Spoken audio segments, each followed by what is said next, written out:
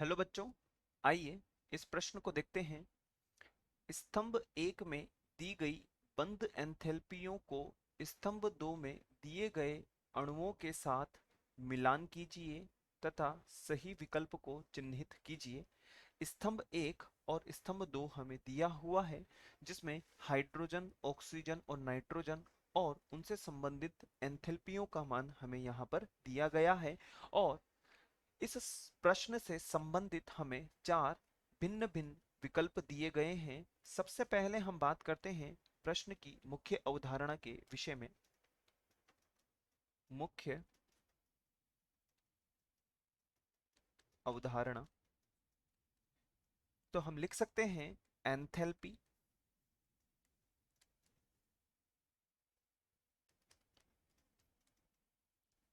या हम लिख सकते हैं बंध एंथैल्पी।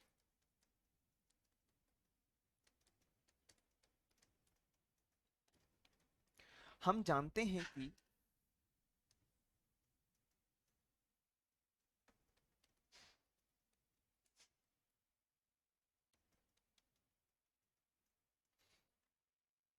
एकल बंध द्विबंध से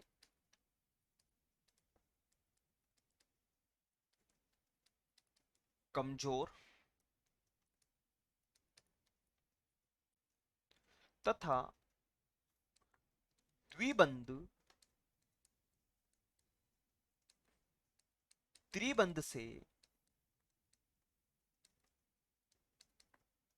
कमजोर होता है। तो हम कह सकते हैं जो सबसे सुदृढ़ बंध होता है वह त्रिबंध होता है और यह आकार में और लंबाई में छोटा होता है। तो अब हम विकल्प के विषय में, जो हमें सारणी दी गई है, उनके विषय में चर्चा करते हैं। यहाँ पर ए में हमें दिया हुआ है हाइड्रोजन H2, जो कि इस प्रकार से विन्यासित होगा। हाइड्रोजन हाइड्रोजन के साथ में एकल बंध के साथ में हो जाएगा, अतः एकल बंध होगा। और यदि ये एकल बंध होगा तो यहां पर इसकी एंथैल्पी का मान सबसे कम होगा, जो कि 3 नंबर पर उपस्थित है। 435.8 किलो जूल मोल इनवर्स। और बी विषय के बारे में हम बात करें, जहां पे हमें ऑक्सीजन दिया हुआ है और हम जानते हैं कि ऑक्सीजन ऑक्सीजन के साथ द्विबंध के साथ में उपस्थित होता है।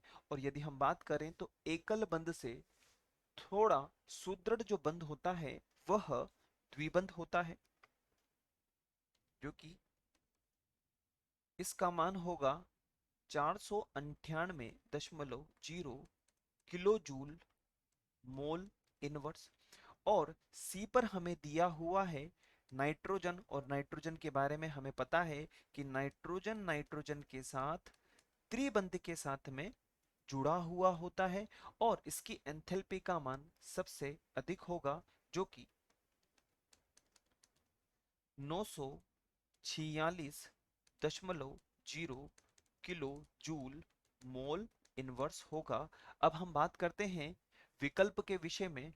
तो हमें पता है बहुत अच्छी तरीके से कि हाइड्रोजन का मान जो है 435 हो गया है और ऑक्सीजन का मान 498 हो गया है और नाइट्रोजन में एंथैल्पी का मान जो है वो 946 हो गया है।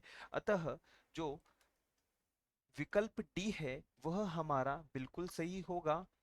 पहले में ए में 3, बी में 1 और सी में 2। अतः विकल्प डी हमारा वांछित उत्तर होगा।